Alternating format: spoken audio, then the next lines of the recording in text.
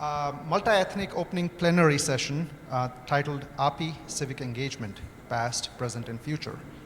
And may I, for that, invite on the stage moderator Kai-Ying Yang and panelists Russell Jung, Sohag Shukla, Islam Siddiqui, and Mona Pascal.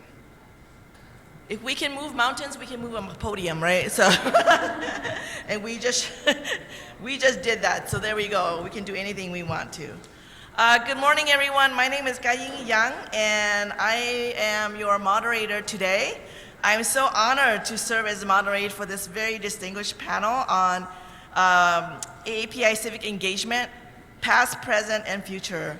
And I thought that we were going to show a 3-minute video. SK, are we still doing that? If not, it's okay. I'm happy to get started. So I hope that you have an opportunity to take a look at the bios already. You will hear from our very distinguished panelists here about the challenges and issues faced by diverse Asian American communities related to civic engagement. They will discuss different perspectives on overcoming racial and social inequities and injustices, and then end with ideas to build a powerful agenda for the future. And our panelists include already very, very impressive and amazing speakers. And as I was reading their bio, I was thinking, when do they sleep, these people, right? So I just want to say I've been already very impressed. What I'm going to do is I'll read their bios very quickly. I thought we'll have a little video about each one of them, but if not, I'll read each of their bios so we have some time. After I read their bios, I will ask each one to start with a short opening remarks, and then I'll pose a series of questions. We'll leave some time at the end for Q&A, so I hope that you will jot down your questions, and then we'll interact with you for a little bit. And then they'll make final remarks, and then we'll end there. I just learned right now that Mona's flight is going to leave at noon, so I'm going to start with her first. And I'm just going to highlight forgive me, but I'm just going to highlight their bio. It's not that, it's because we don't have a lot of time and we want to hear directly from them, but their bios are very extensive, and I don't want to take too much time, so I want you to make sure that you read their bios. First, Mona Pascal Rogers and the keynote speaker already mentioned a little bit, but serves as the Director of California Public Policy for Meta, where she is responsible for managing relationships with policymakers and stakeholders throughout the state.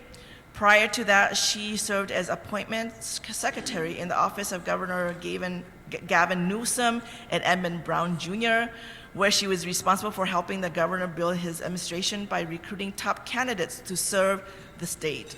And in 2009, she served as Chief of Staff to California Lieutenant Governor John Garamendi and Acting Lieutenant Governor after Garamendi was elected to Congress. This marked the first time a woman, Asian Pacific Islander, or Filipino American served in this role. We should applaud for that, no? Yeah. Our next panelist is Ambassador Islam Siddiqui, served in the Obama administration from 2010 to 2014 as Chief Agricultural Negotiator with the Office of the U.S. Trade Representative in the Executive Office of the President. He was responsible for bilateral and multilateral negotiations and policy coordination regarding agricultural trade. Ambassador Siddiqui served as a senior advisor for global food security at the Center for Strategic and International Studies in Washington between 2014 and 2019. And between 1997 and 2001, Dr. Siddiqui served in the Clinton administration in several capacities at the U.S. Department of Agriculture. Currently, Ambassador Islam Siddiqui is serving as president of the American Muslim Institution in Washington, D.C. And then next is Dr. Russell Jung, professor of Asian American Studies at the San Francisco State University. He is an author of many, many books and articles on race and religion. Make sure you read all his books. In March 2020, Dr. Jung co-founded Stop AAPI Hate with Chinese Chinese for Affirmative Action, and the AAPI Equity Alliance. It tracks incidents of COVID-19 discrimination to develop policy interventions and long-term solutions to racism. Stop AAPI Hate was awarded the 2021 Webby Award for Social Movement of the Year. And Dr. Jung has been named as one of the Times 100 most influential persons, as well as the Bloomberg 50 and Political 40 most impactful persons. And our last panelist is Suhag Shukla. She is an attorney and executive director and co-founder of the Hindu American Foundation. Ms. Shukla has helped steer the foundation to being recognized as a leading voice for civil rights, human rights, and religious freedom. She's been instrumental in the development of a broad range of educational materials and position papers and blogs for a variety of platforms. Shukla is a member of the board of the National Museum of American Religion and serves on religious advisory committees for the Council on Foreign Relations, the Humane Society of the United States, and the Department of Homeland Security Subcommittee for the Prevention of Targeted Violence Against Faith-Based Communities, and is a member of the First Amendment Center's Committee on Religious Liberty and the United Nations Women's Gender Equality and Religion Platform. She was named one of the 12 faith leaders to watch in 2017 by the Center for American Progress. How about a round of applause? I think just reading their bio is like a mic drop for me, okay? And so I feel like the panel is done. We don't need to say much. However, for the purpose of AUC and civic engagement, I do have a series of questions that I've already posed to each one of them, but I wanted to give them an opportunity to just do a 2-minute opening remarks just to share their personal and their community's journey that built the civic engagement participation that they are collectively experiencing now. And my instruction was that because each of us is from a different ethnic community, I know we don't represent our whole community, but if you could speak about your personal, but also your collective community, that'd be fantastic. And because Mona has to leave on a flight, I'm gonna start with Mona first, so you get the mic. He was part of the Brown Power movement in the 60s. As a young kid, I didn't understand it, but I did remember seeing farm laborers marching. I did remember people saying, why can't we be, promoted for management? I did remember him saying, every one of us should be involved. Now, that wasn't the way everybody in the community was. Many, including many in my family, as I grew up, said, why don't you be a doctor? Why don't you be a nurse or a lawyer? Don't get into politics. But I had already been exposed to it. And then when I had the wonderful opportunity to meet Maylee and Ron and Georgette and to understand that our faces needed to be at not just the table, but at the head table, sitting in the seat, talking about our policies and pushing our agendas, that's how I really became involved. But insecurity was a big part of it for many years for me, because when I would walk into a room, I was the only brown girl there. And my father would say, don't let them see you sweat. So I tried really hard to attach myself to people like Maylee and Georgette who could help me grow, and they did. And so every opportunity, every phenomenal opportunity I have is not because of me, it's because of those who have come before me and those who opened the door and those who answered the call when I would call crying or asking for advice. Why is it important? It's important because, especially last year, in the last few years, when people started talking about Asian hate, I told them it was nothing new, that I remember as a kid, hate against all of us. I could talk about, and people were surprised. So my journey's not over, even though I'm 60, it should be retiring to be over. My journey now is moving into the phase of how do I help you? How do I help the next gen? And how do I help us all become a stronger community, because we do all belong. Thank you, Mona. Next, Ambassador Siddiqui. Thank you, Kaying. It's a pleasure to be here this morning. Greetings from Washington, D.C. to every one of you. My story is similar to what I've heard from both of the previous. Let me close. Can you hear me now? Yes. So my story begins also very much similar to Miss Tom, who spoke as a keynote speaker, and of course your story very much so. So what we are experiencing as Asian Americans through my career, when I started in 1969 with the state of California, I had a PhD degree. I was a group of scientists. I was passed over twice for promotions. And essentially was, Dr. Siddiqui, you're a good scientist, but I'm not sure whether you're ready for a managing position. This was a story which I heard other Asian Americans at that time in early 70s in the state of California. There were very few Asians, especially Indian Americans.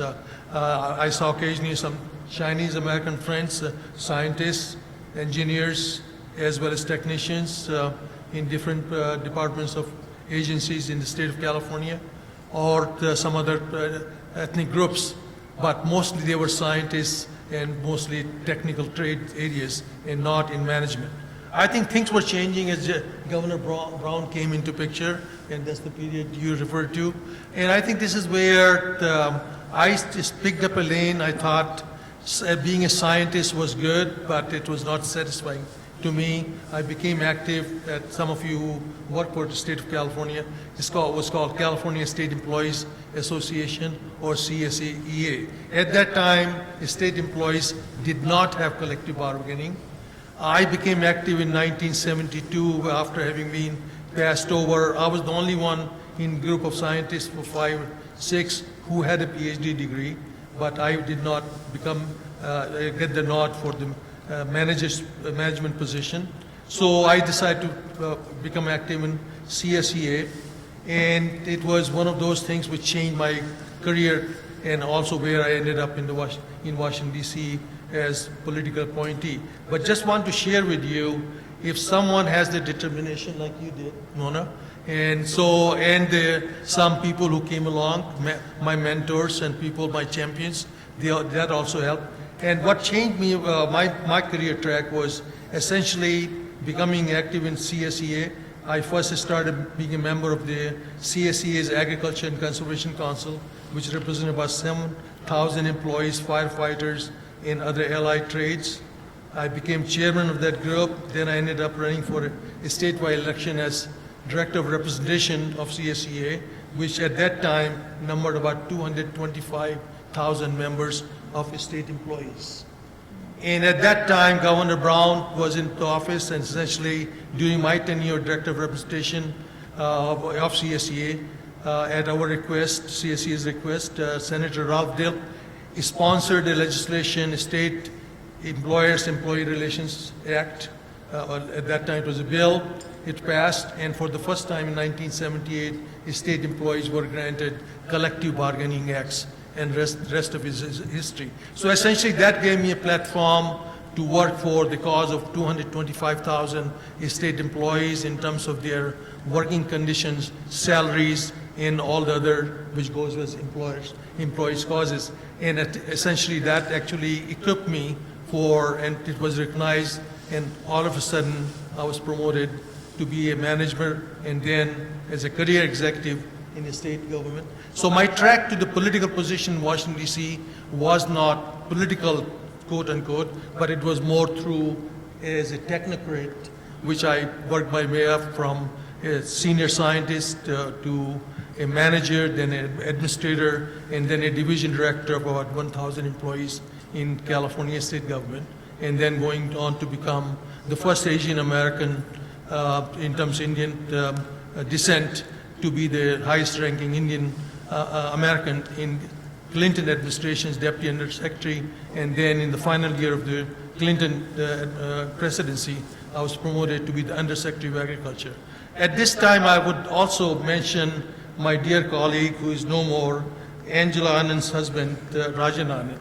So both of us actually came from 2 tracks, having been at UC Davis, and then he went into academia, I went into state government, and both of us ended up being the political appointees in the Clinton administration. So one of you asked me at the breakfast what was it like when I was in the Clinton administration? I think in my 58 years of the state as a student and then as an American citizen, I have never seen more enthusiasm what was brought in the Clinton campaign. Became active. Again, I was now starting to become also active a little bit in political side in addition to being a technocrat in the state government. And that also gave me some recognition in terms of visible in the state of California as well as at the national level. Rajan went on to become, he went to as a delegate to Democratic Convention, but being in a state government, I think there were some prohibitions as a state employees, so I was not very active visibly in terms of the Democratic Party. But to make a point here and then conclude, I think we have to pick up a lane. If you see injustice or a discrimination, we have to stand up against this thing. And when you pick up a lane, make sure that you put everything you have in terms of at your disposal to realize that goal. And there will be people who will see you that you are delivering more than 100% on your job and other additional activities, and eventually you'll make it. And this is my message this morning. Thank you, Ambassador. We definitely have pioneers among us today. Next is going to be Suhan.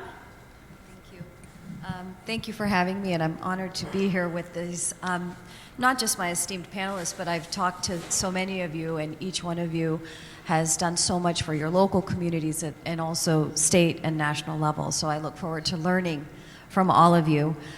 You know, my journey is very much a part of the journey of my community and the sacrifices that generations like my parents made, who came here and had language barriers and a number of other challenges. My father, too, had been overlooked for promotions into management as a result of not lack of qualifications, but racism. But I would say that the journey of Indian Americans and largely Asian Americans has been one of deliberate exclusion to inclusion to growing participation. And I wanted to read a quote from a case that I actually studied when I was in law school. It's U.S. versus Bhagat Thind. And it was a case in which the U.S. Supreme Court was asking this question. And even today, in 1923, this was being asked, and it's hard to imagine a question like this being asked today. And that was whether an Indian man fit the definition of being white for the purposes of naturalization. And so they actually cited a previous case, Ozawa versus the United States, in which they had denied citizenship and naturalization to a Japanese individual. So I want to read a quote because I really think it should give us a moment of pause that we have many struggles today, but where we were just about 100 years ago. Here's the quote. It is not without significance in this connection that Congress has now excluded from admission into this country all natives of Asia, including the whole of India. This not only constitutes conclusive evidence of the congressional attitude of opposition to Asiatic immigration generally, but is persuasive of a similar attitude towards Asiatic naturalization as well, since it is not likely that Congress would be willing to accept as citizens a class of persons whom it rejects as immigrants. So that's 1923, 99 years ago. And I think that I am definitely a product of not just the sacrifices that our parents made on an individual level in coming here. My parents are beneficiaries of the lifting of the Asian Exclusion Act, and they came here in 1965, so I was born and raised here. Their generation built the institutions of culture, of language, of religion, and all the other things that make us who we are as Asians, the values of our Eastern traditions. And they not only protected and preserved our cultural values, but they instilled in us a confidence as second generation to be able to be proud of who we were and to speak out. They also laid the foundation for civic engagement. And you know, I've met many people who were involved in the 80s and the 90s in the political process. But there were a few of us, or a few of them, who were involved. And I think the need of the hour is to get more and more people involved in advocacy.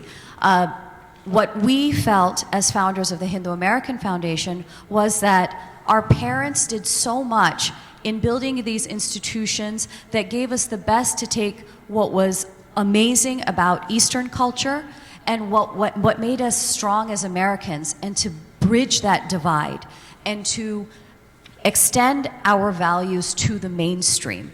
And so we do that by educating the public about who we are and advocating for policies that support the well-being of all people on the planet, because that's really what so many of our Eastern values represent. You know, in our early days, I remember having to even just explain what the word advocacy meant. And we boiled it down to, it means to educate, it means to build and leverage relationships, and it means to speak out against injustice. And now I'm proud to say that in our community, advocacy, even though some people may not fully understand some of the strategic ways in which we can be successful in advocacy, it's kind of a household term, which before we had to define. And so I think that's a really good and positive move for our well-being. We have now, as a community, more people running for elected office, more people showing up to testify on local issues, on state issues, and national issues. And we've moved beyond the photo app, or at least we're starting to, so that it's not enough to just cut a check. That check is going to come with some expression of what our needs are as a community and some expectations, which I think culturally is very difficult for us. But I think that this is where the first, second, and future generations really can come together, because I think for me it's a little bit easier to demand something than it might have been for my parents. For my children, I can guarantee that they demand things far more than I ever did with my parents. So with each generation, I think that we have so much integration of these different values that I'm looking forward to the future. Thank you, Suhag. Russell? Thank you. I'd like to thank SK for organizing and this event. It's great. I'd like to thank the Asian American Unity Council, the Civic Leadership USA for allowing me to join this really distinguished panel. I'm really honored. And thank you, Mei Li, for your words of inspiration. My story, like everyone else's, our family story is really connected to our ethnic community's story, and you can't separate them. And that's part of being a racial group in the United States. That we can't distinguish our individual stories from the rest of our communities. I'm fifth generation, yet I grew up near and around San Francisco, Chinatown. And when I grew up, I saw how restaurant workers worked a lot harder than professionals, yet never were able to get out of their status. I saw growing up Chinatown, Manilatown, Japantown being redeveloped, razed, and wholesale communities being dispossessed. And you have to wonder, why is a fifth generation who presumably became upwardly mobile, who presumably broke the glass ceiling, who presumably got educated, still lived among these communities? And it is because of race. And so I think if you hear our collective stories, you know that the story of African Americans the history is one of slavery. The history of indigenous peoples is one of genocide. But the history of Asian Americans really is one of violent exclusion. And that theme of having to address that exclusion and then move towards belonging, move towards acceptance, move towards the contribution has been our story collectively. And I'll just quickly tell you my family story to show you why I'm so engaged. Again, I'm fifth generation, so my great-great-grandparents came in the 1860s. They lived in Monterey. They had a thriving business because there were no white people around. They had homes.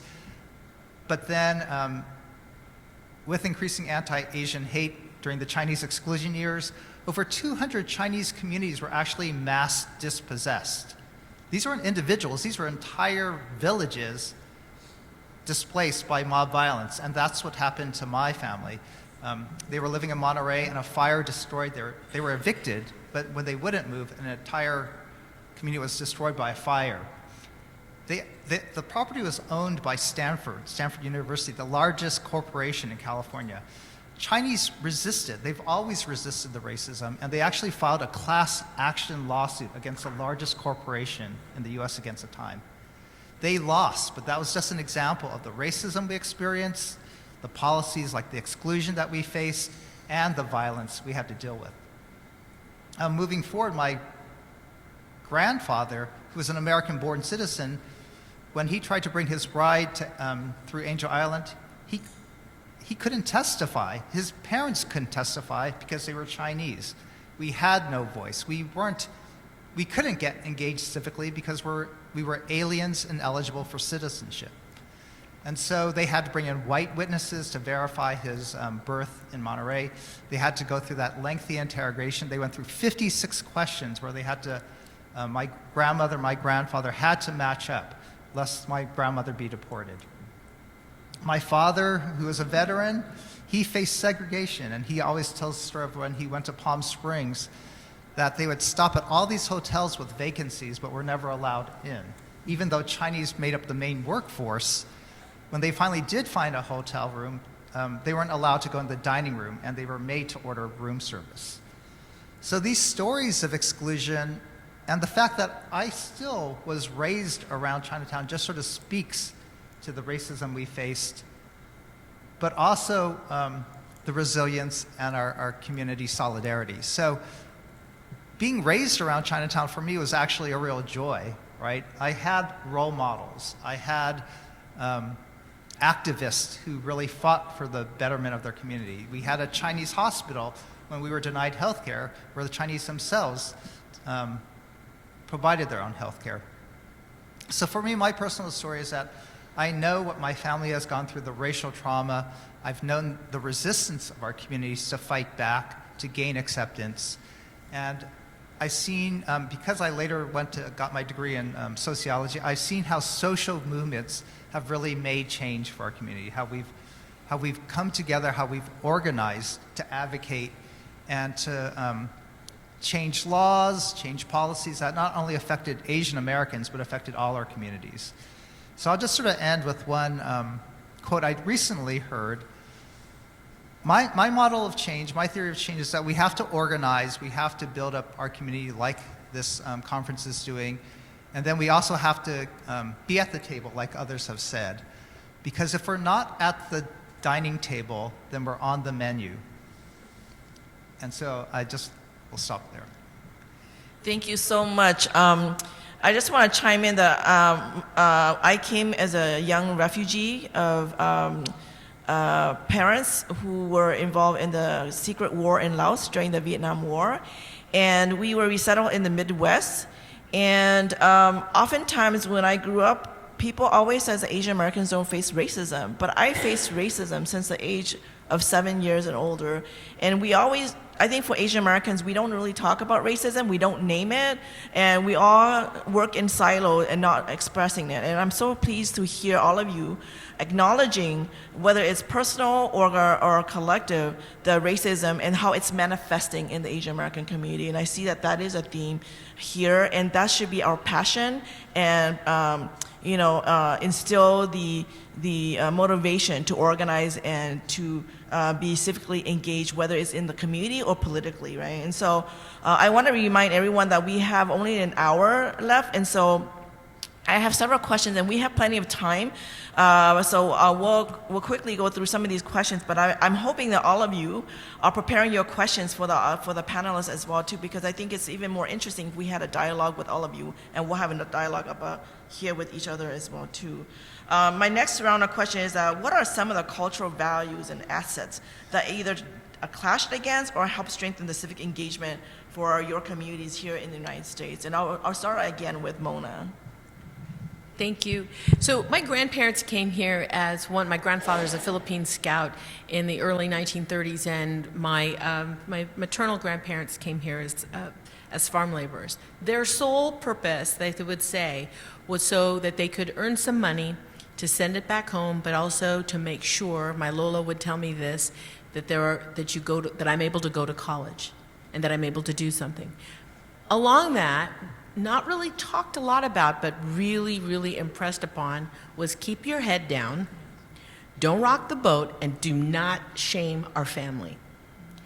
And I'm the oldest of 5, so I really had a hard time with that because I always struggled. I was that kid who was blessed/cursed with immediately monitoring a room and seeing how many people look like me, immediately looking at who was making the decisions and were there women there, immediately asking questions. And my Lola would tell me sometimes, "Die for young girl, please. Please just be nice." And I remember thinking in my mind, I don't want to upset her, but why are all my elders pushing me to be a better person, but in a quiet way? Pushing me to get the best education and be the best that I can, but in a quiet way. Because when I did the assessment of who was in the room, nobody looked like me. And I remember at one point coming to the realization that I had to bring her along. So when I worked for Kathleen Brown, when she was state treasurer and I was her ledge director and she was running for governor, I remember my Lola saying, "Nobody in the Philippines thinks this is good for you." And I remember saying, "Lola, you're coming with me. We're going to an event." And the Browns for Brown, the Filipinos for Brown, did a huge event in San Francisco. And I had shared with Kathleen Brown, just our dynamic at home. She immediately went up to my Lola and she said, "Thank you for coming. Thank you for letting your granddaughter work to serve the people." She immediately got it because she had worked in fields and cooked for farm workers since she landed, since she got here, since she came off that boat. And later on, she said to me, "You do have a job." And I remember being tearful about it, but I also remember great pride. And so part of that journey, I think, for our community, for the Filipino community, was how do you show the generations before us, those who we treasure so much and those who will come after, that it's important? Will you bring them along? You don't necessarily have to bring them to a protest, but you can explain why. And I think I did the same with my parents. And I'll tell you, when we worked for Clinton, my dad was very disappointed in what he believed was the lack of representation for and recognition of the Filipino World War II vets. And the whole time, it was his 60th birthday, and I called Betty Curry. I said, "My dad and mom are here for his birthday. Can I bring him over?" Then I looked at my mother and I said, "Tell him not to say anything mean to the president about, the vets. This is my job." So the whole time, my dad's like, does this even make any sense? We walked into that Oval Office. Clinton put his arm around my dad and he said, "Thank you for letting your daughter be part of this team." That man melted in in President Clinton's hand. But it was the moment that was necessary. So when we have these moments to connect all generations, all people who might not understand why we're doing what we're doing, bring them along. As we left, just real quick, my dad, just always had to say what he had to say. We walked out, we took the family picture, and he looked at me and he said, "You do have a real job." Betty Curry nearly rolled over crying, going, "What does that mean?" And I said, "That's Filipino for I'm proud of you." Thank you so much, Ambassador Siddiqui. Thank you so much. I think you bring the same thing, Mona, my recollection. And this is, I think, one share you'll appreciate this. So I'm here with President Clinton, went to India on his state trip in 2000. And this was I think among all the trips I took as U.S. government and a state government official, this was the most memorable trip, going from the country of my present country of citizenship to the country of my birth in India. And at the reception being given the President of India, President Clinton is standing on one side and President of India on the other side. And I'm trying to make conversation with the President of India. President Clinton puts my hand around me saying, "But now he's one of us." And that was the proudest moment of my life. So I think I want to turn the discussion, while our generation, preceding what Russell said and others have said, I think we face this, but I think the bright side, the glass half full is, I think people, my children and your children, are making a difference. And why they are making a difference? Because of the activities of Asian American, AAPI, and all the other AAUC doing. We have to actually come together and work as a coalition, what Mei Lee said in his keynote remark. We have to be proactive and actually demand for our rights. And I think what I see today, the rise of extremist movements, white nationalism, which is there, I think we have to actually forget about the differences which exist among different Asian Americans. We have to coalesce and come together how we can counter this thing. Because, demagogues, we saw 4 years of Trump presidency. It's just next door, I think it can happen. It's this, I'm kind of subdued, but any demagogic leaders, and this can happen in other countries, it's happening here, 4 years, it can happen again. We have to work together to work human rights, religious freedom, and civil liberties, and that's why civic engagement is the key in my mind. Thank you, and I just want to remind, yes, I'll pause. I want to remind that AAUC is a nonprofit, nonpartisan organization. But we have, I didn't say party, which party, I just say. But we have values, right, that we embody and we respect, and that's the well-being of all humans on this planet, as Suhag said. And so I want to remind everyone of that. So next, your story. So I'm going to recall a story. It was about, we started in 2003, might have been 2004 or 5, and I was in the pickup line because it was raining and I had gone to pick up my kids at school.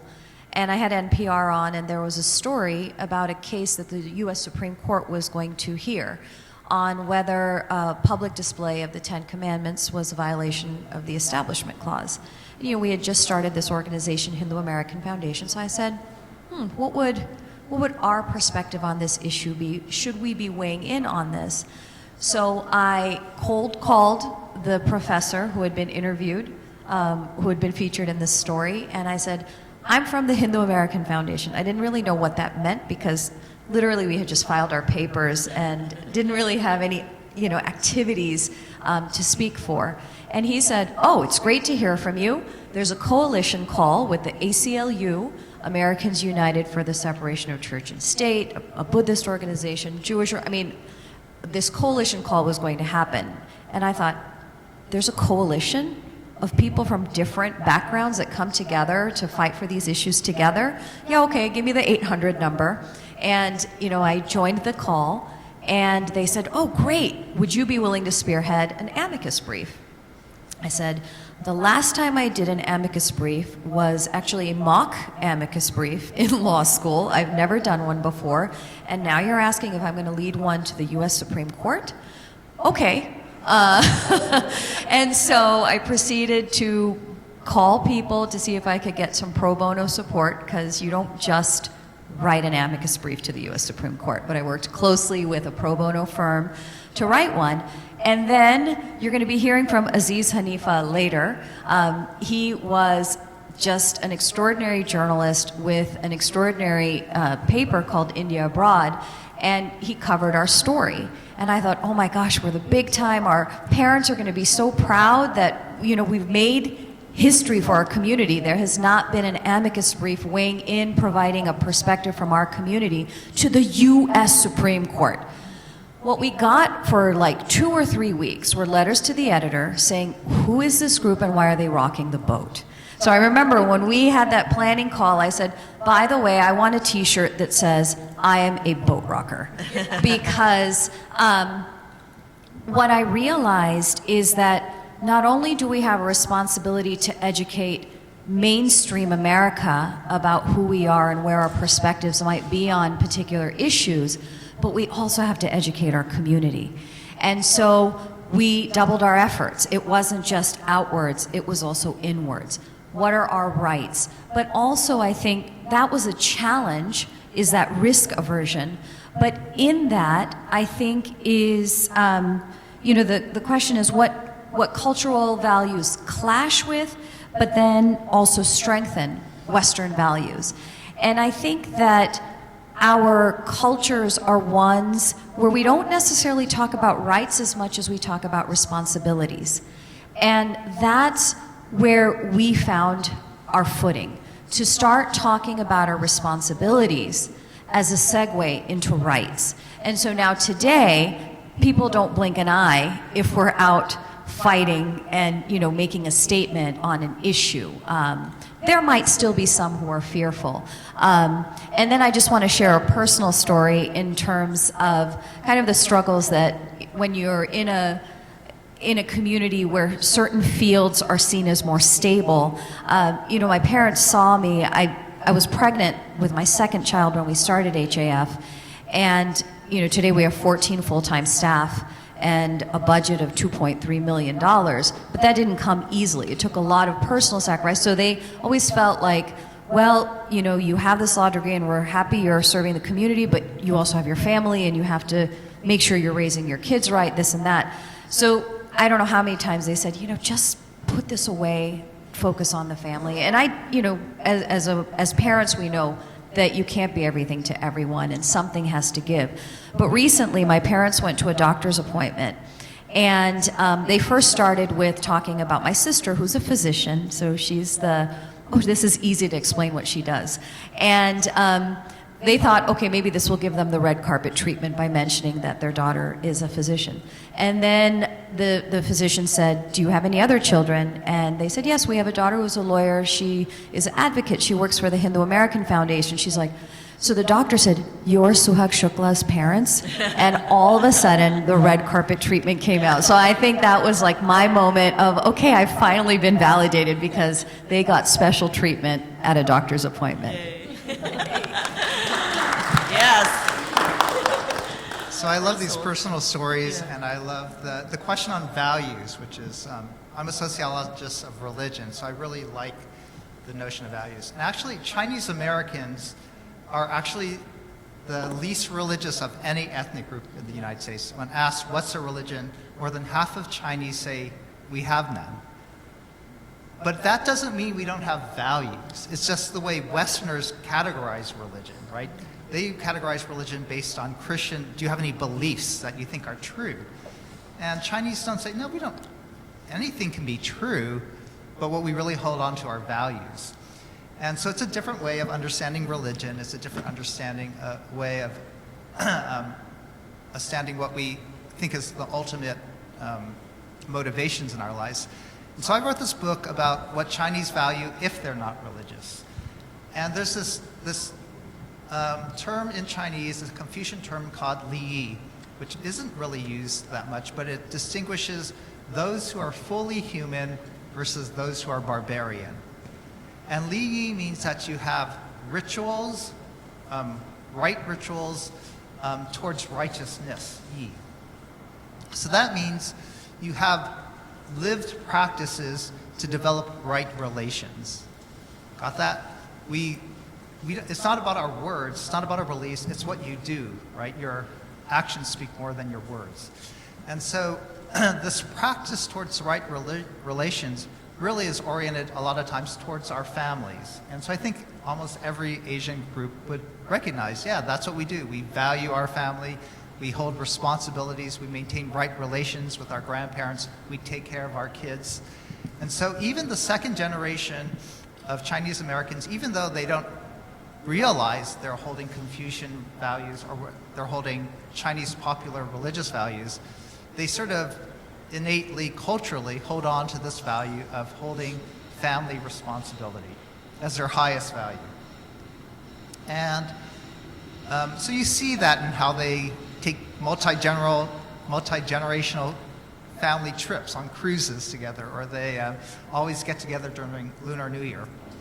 But this applies to civic engagement as well, because as we extend our notion of family, we begin to become responsible for more and more people. And when we get into the place where we don't have to take care of our family, we could even invite more people to the table. So I started Stop AAPI Hate, and I think it's become the largest Asian American movement, the largest grassroots movement in our current history. And I really think that right now Asian Americans are really standing up to racism because of this Lee value of taking care of their family. Time and time again, I don't hear Asians saying, I'm worried about myself. We're worried about our grandparents and our elders being attacked, right? And if our most respected family members are being attacked, then you're attacking all of us.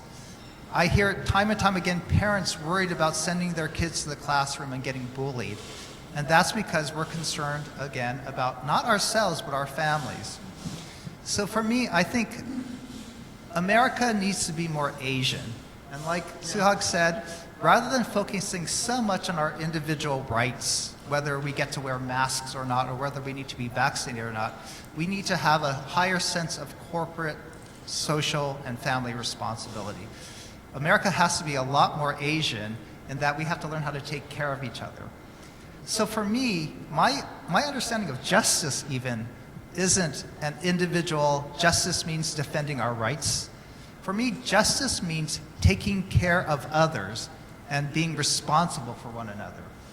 It's a totally flipped understanding that an Asian understanding of justice means everybody is taken care of.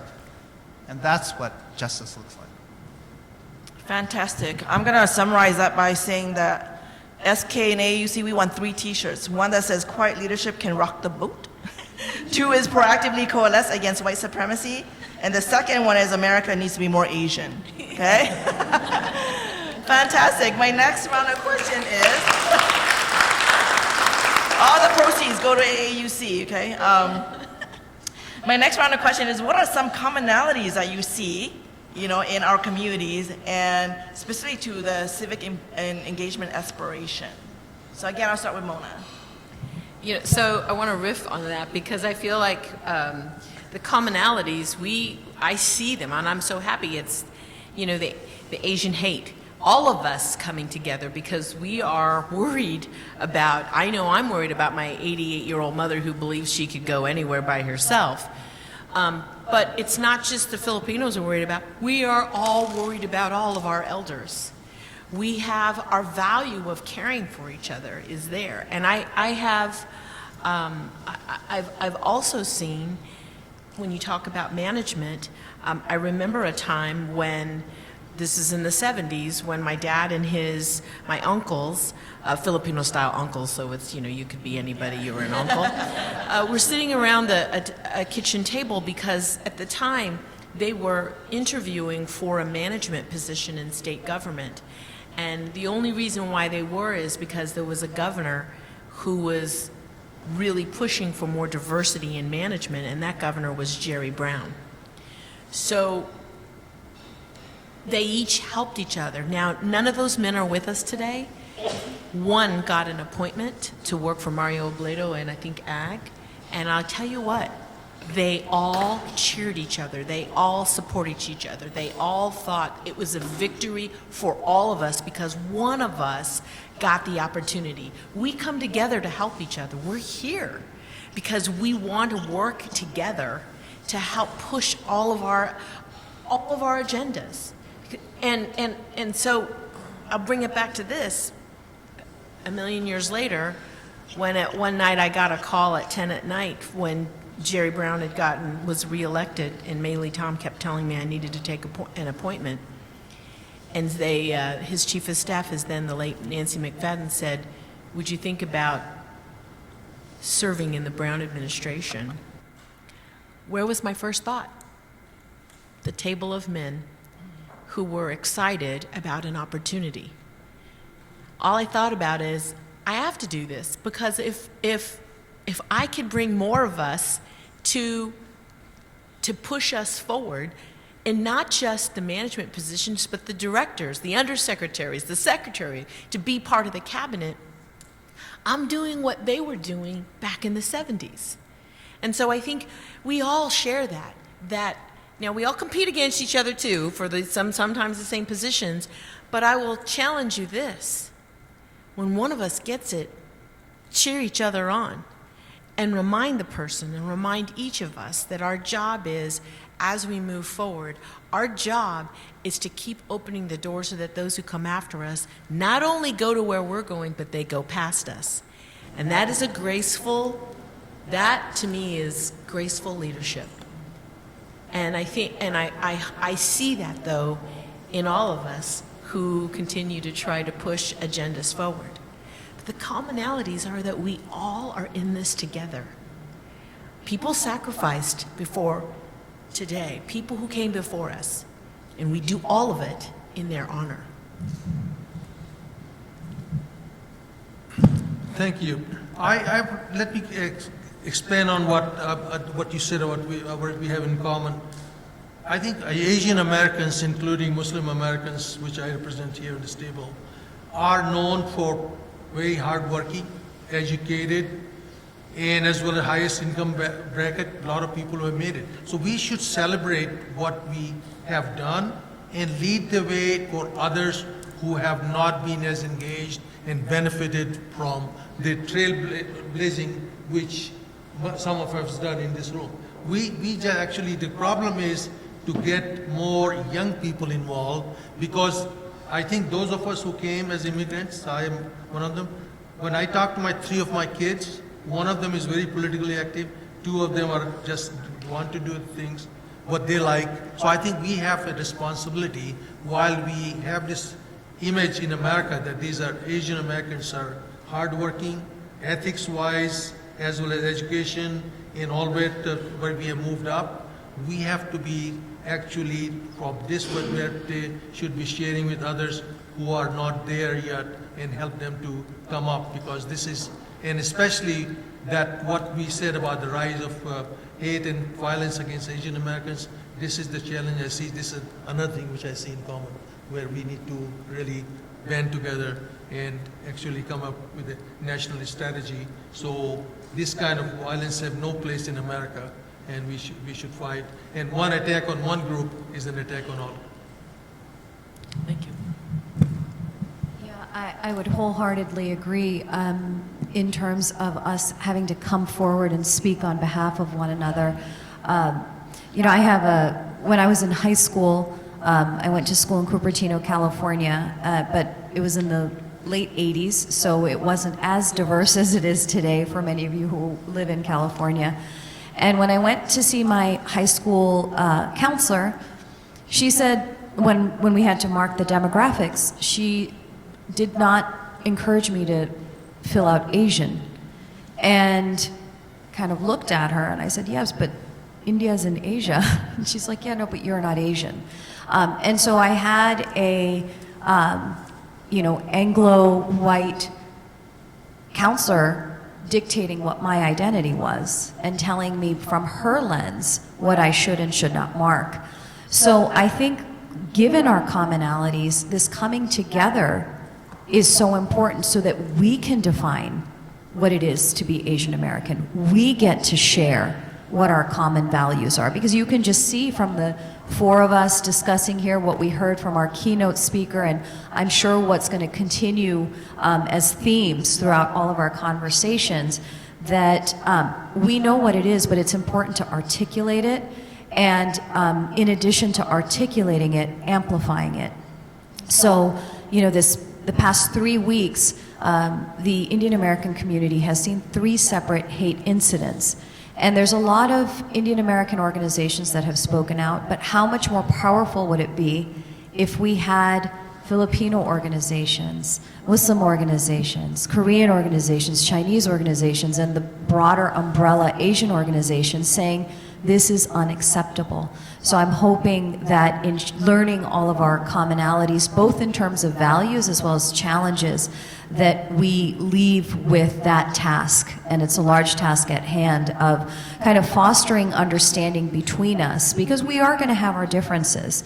But I do feel that when you focus on our experience as Americans, that's where we can really find the commonalities in terms of our challenges, and that's where we need to build from. Thank you. Thanks, Suhag. I want to echo your comments yet again. I think about the commonalities of our group, is that we're all in process of creating our own cultures. They're all emergent cultures, right? What's it means to be Indian American or Hindu American? What's it means to be Lao American? Or even what Asian American is sort of an aspirational, imaginary term. And so it gives us, what we're all doing is we're in the process of being knowledge producers, culture makers. We can be whatever we want to be. So if you think of Chinese in traditional terms, we're hardworking, we value education. But to be Asian American for me could be whatever I want it to be, or what we collectively dream it to be. So you could think of Asian Americans as being a socially just community. You could think of Asian Americans as being a compassionate, generous community. You could think of Asian Americans as being a creative, narrative-making community. So the commonality I see and hear right now is that that hybridity where we could take the best of all our cultures, and I want to take the best of Filipino culture and claim it too. I have foster daughters who are from Burma and I want to claim theirs. We have that possibility and it can still be authentic. So for me, the commonality that I see is that there's a lot of hopes and dreams that we're embodying, and we could actually, for the next generation, bring it into greater reality. Fantastic. I mean, I think this really just inspires me to say that we should redefine what it means to be Asian Americans, because it was a political term that was meant to unite all of us, but it's also a mask, the invisibility of our community at the same time. And so that's the power, right? And so my next round of question, then we go into a dialogue with the audience, is that given what you know now, how can our diverse communities collaborate to build civic power? Right? This is the key word. What is the power in our community? So a quick round and then we'll go to the audience. Great, thanks. So I'm going to go back to saying it again. We've got to work together. So about 30 years ago, Meili, I can't even remember this one, we started the Asian Pacific Youth Leadership Project in California. We did this as legislative staffers in Meili and Georgette's office because at the time there wasn't an Asian Pacific Islander legislator, right? And what was happening is that I had some cousins who were in college who were like, oh, you're probably going to go to Cal, you're taking all of our slots, they're all going to Asians. And I remember thinking, that's not true. Because at the time, Southeast Asians were and Pacific Islanders and Filipinos did not have good numbers when it came to higher education. And I remember thinking, if we're going to do this organization for young kids, we have to have a pretty serious conversation about, how we help those who are struggling, that we're all not getting into. I mean, I could have probably gotten into Cal 1,000 years ago. I couldn't today, okay? But how do we do that? And then this young Korean girl came up to me from San Diego, and she said, do you know that the highest of our Asian Pacific Islander community, that Korean girls, teenagers, have the highest suicide rates? And I was dumbfounded, and I said, I'm sorry, I didn't know that. And she said, because no one's talking about it. So how do you build civic engagement? You hear things, you think about, you have to be an active participant in thinking about how do we help all of us, Sometimes it means, yo, Mona, this is great, we need your help, but we need you on the, kind of behind the scenes. Fine, because there's somebody else. How do we find that person to be there? Right? Because all of our communities, we all have challenges every day, any generation. But how do we help and identify these? My Pacific Islander friends, for years, would say, you need to say Pacific Islander, please don't, please recognize us. Did we hear them? Yes, we did.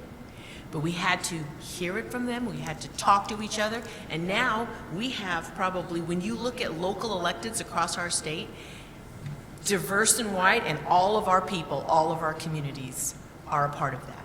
How do you build civic engagement? You get people to be in leadership positions so that those young folks and others and old folks like myself can see you out there. Because there will be a time where we'll all need to come to action for each other.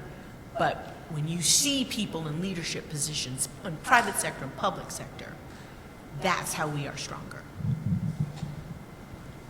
Thank you, Mona. I would say that civic power, in my definition, is individually, as I look across this room, all of us have accomplished in our own fields, caring for the rest of the community you represent. This is where you want to perform your civic responsibility, not looking after your self-interest, but how do we share what we have learned to give to others, teach others, and lead the way. This is what, Mona, you have done, all the people, this distinguished panel that I've done. How we can help the rest of the community. If we just were to go and practice back to our communities. And so I think as a parent, we want our children to be doctors and lawyers and IT engineers and all this, but there's a place for people who have to be in social sciences and looking after the interests of the community, whether it be in HAF or the Chinese community or the Filipino community or Hmong community. So what we have to do is really say that, look, this is also an area which needs to be looked at and devote some resources so that when times are tough, whether rise of extreme violence, we can pull together and fight against those things. Otherwise, then no one is going to distinguish what place you hold in society. You look different than others. Thank you. So hot. These are also such good ideas, so you have to keep thinking, okay, I was going to say that, now I have to figure out what I'm going to say. So I think that I would say start small. We all have so many different challenges, and it's tempting to want to solve all problems altogether. But I think if we identify one that's so pressing, like the Stop AAPI Hate is a good example, where we're seeing rising hate crimes against Asian communities. It's one, we have to speak out against it as a community, but we are seeing more and more people from our communities running for local, state, and national office, so demand that they also amplify that message. We also have people who are supporting non-Asian candidates, demand that they make it part of their priority, so that we're kind of getting both ends of advocacy, both from the advocates and then those who have the power to make the changes or implement policies that are going to strengthen whether it's hate crimes legislation or whether it's getting more training amongst law enforcement. The three incidents that we saw in the last couple weeks, one of the biggest challenges was convincing law enforcement that they might be incidents of hate. They don't know how to recognize it. We know it when we see it, but do they know when to recognize it as that? A few years ago, there was a cow sanctuary run by a Hindu man, and someone left a severed cow head on the driveway. Now, if you don't know about the sacred centrality of the cow in Hindu culture, you just think it's a prank by some neighboring teenagers, which it did end up being that, but there could have been a hate crime angle. So in order for local law enforcement to be able to, it's not enough to just speak about hate, we also have to demonstrate and draw out and illustrate what hate might look like. And there's also the positive side of, well, now you're also taking the opportunity to educate the community at large about who we are, what our symbols are, what our cultures are. And so I think we need to see kind of a holistic approach, but start small in identifying one or two problems and then try to address it from every angle possible. That's wise. But I'm actually going to go from the small to the aspirational. I think to get involved civically, to gain power, if the question is power, a lot of us here have learned how to play the game and gain power in the American system the way Meili and Mona have made it, right? They actually had to break the mold. And so they've been successful in playing the game, but I wonder, not having our people conform to playing the game. I want us to get to the position where we change the rules of the game. So that even if you are a quiet Asian American, and being quiet is actually a cultural value that has centuries of value. It makes sense to stay quiet for some reason. You know, you don't always have to be the nail that sticks up, because you will get hit down. So maybe quiet Asians still have a lot to contribute and exhibit leadership. It's just that we don't know how to recognize the skills of those who don't have that dominant white male model of leadership. So for me, I want to develop power so that we change the rules of the game where we acknowledge the gifts and contributions of our whole community and uplift the entire community. So that's sort of a different notion of power.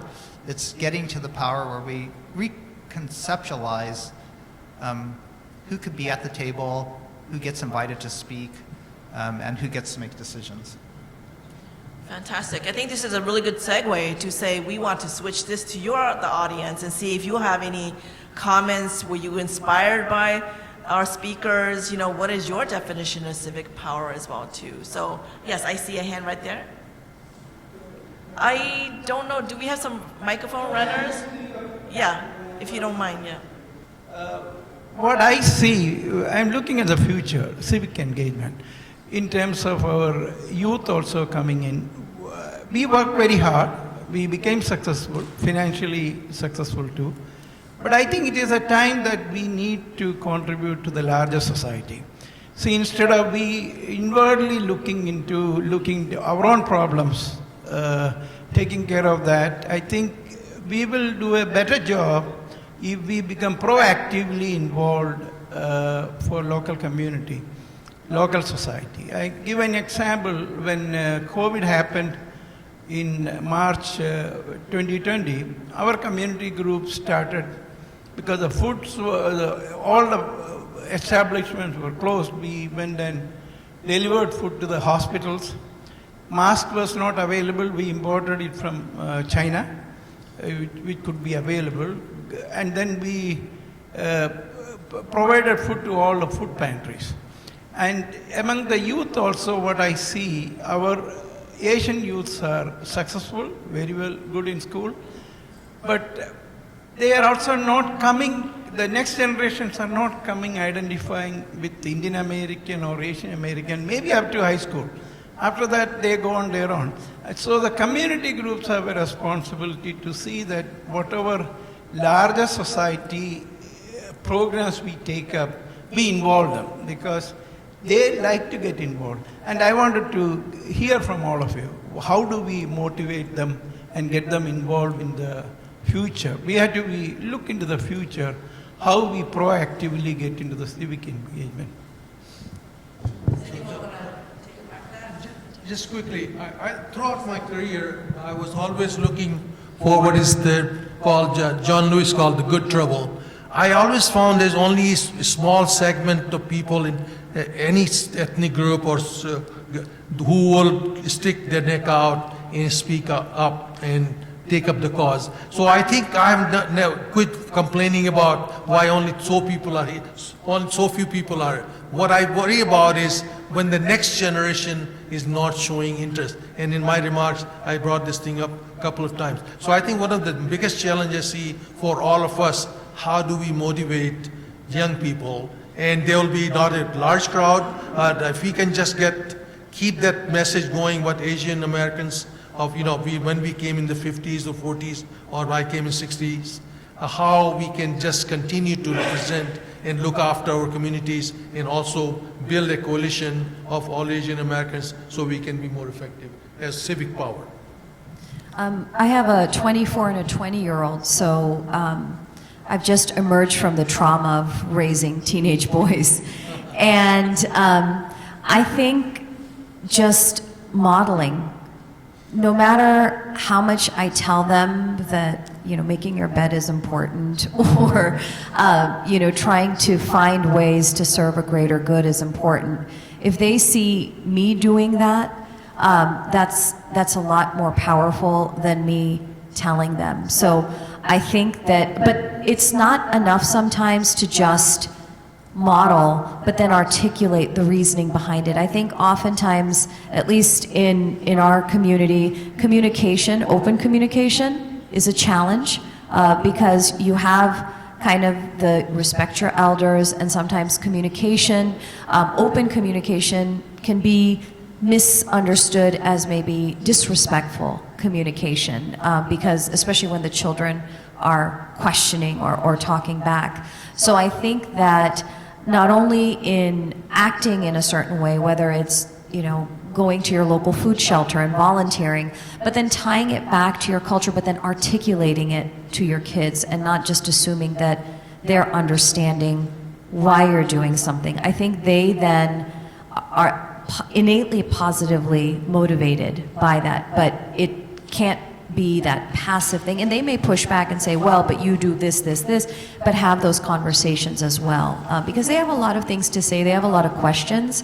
And sometimes I think that, at least with my parents, conversation was closed off because it ended with, well, this is just the way we've always done things. I think that's the American side of growing up in this country, of wanting to question and not just doing things because that's how they've always been done, but doing things because there's a positive philosophical value-based reason for doing them. So I have an 18-year-old who's a lot like his generation, I think pretty cynical. And it's really sad, but it makes sense to be cynical when you see what our generation are leaving them with in terms of the climate crisis, in terms of our broken political system. So why get engaged politically or civically if you see how screwed up we've made it and how you can't make change through the political system, right? And so for me, it's how do we give them hope? And that's been a really large existential question. What provides hope for this generation? And part of it is if we could demonstrate that change can be made, that'll give them a sense of efficacy, a sense of power. But then they also need hope even if they don't get immediate results. And that's where Sue Hogg's point about giving them the values to carry on even if it's because it's the right thing to do, or keep on doing it because it's a faithful thing to do. And so I think that's a great question of how do we instill hope in our young people?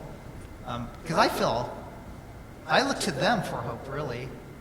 It's up to our youth that actually, their activism, their desire for change, their capacity to make a difference is what inspires me, and hopefully we can actually provide that back for them. Thank you, Kaying. I just want to follow up on the point that Thomas made about youth in the future, and with the topic being AAPI, civic engagement, past, present, and future. What strategic ideas and priorities do you envision the AAPI community employing in the future for both short-term and long-term goals and efforts to focus our attention on to be most effective with the work that we do? Thank you. Who wants to take that on?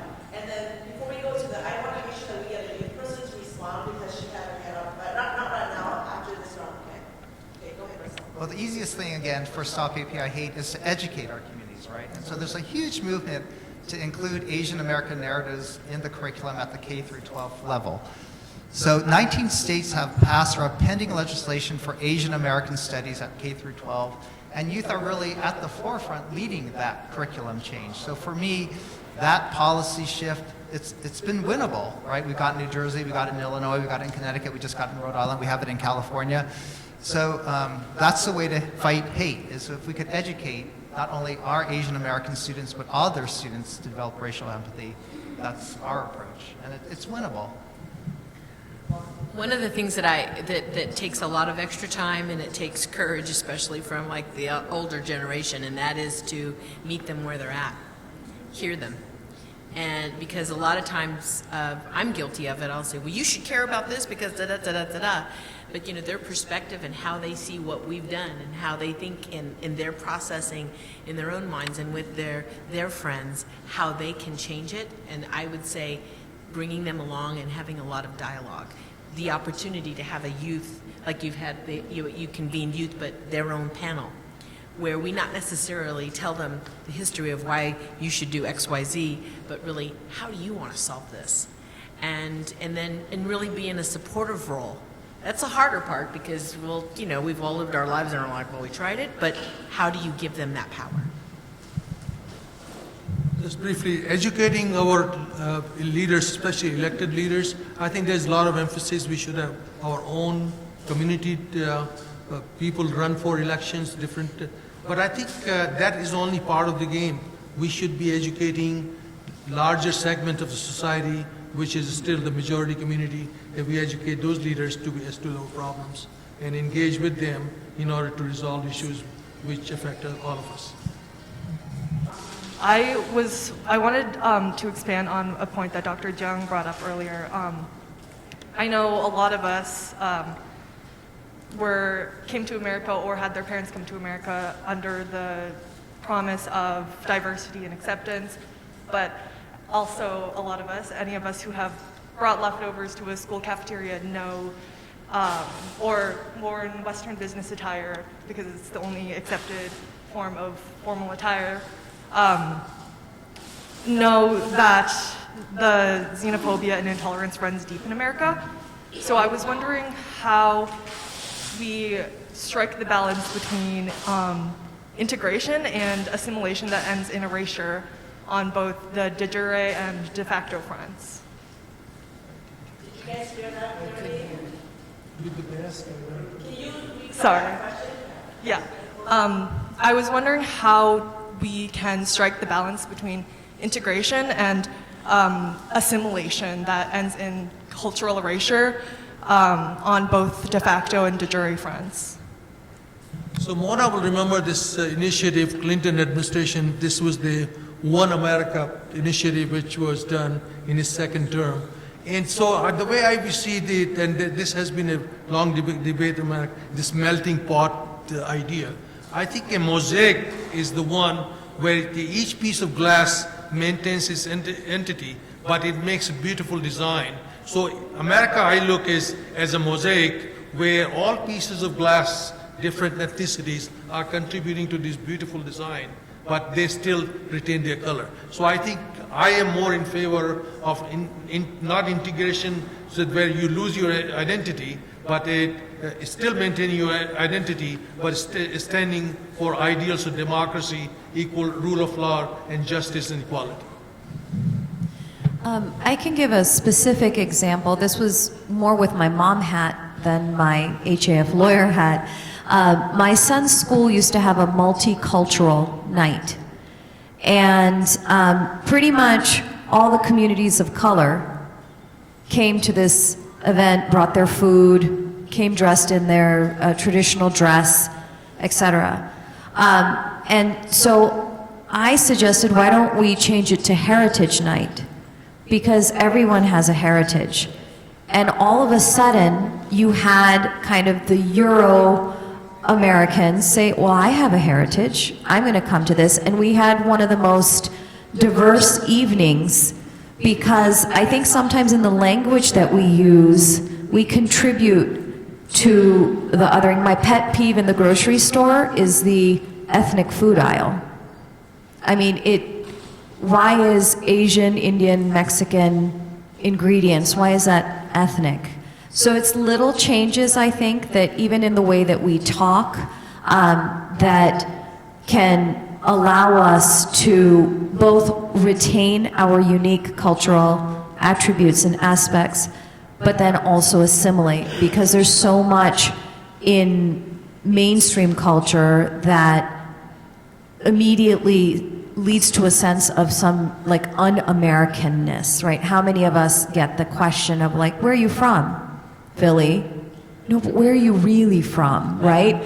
So sometimes, and I do think it's important, rather than answering in an angry way and presuming that there's malintent behind that question, we can take it as an opportunity to educate, to say, well, are you asking me about my ancestry? Well, my parents came from India, and this is what that means.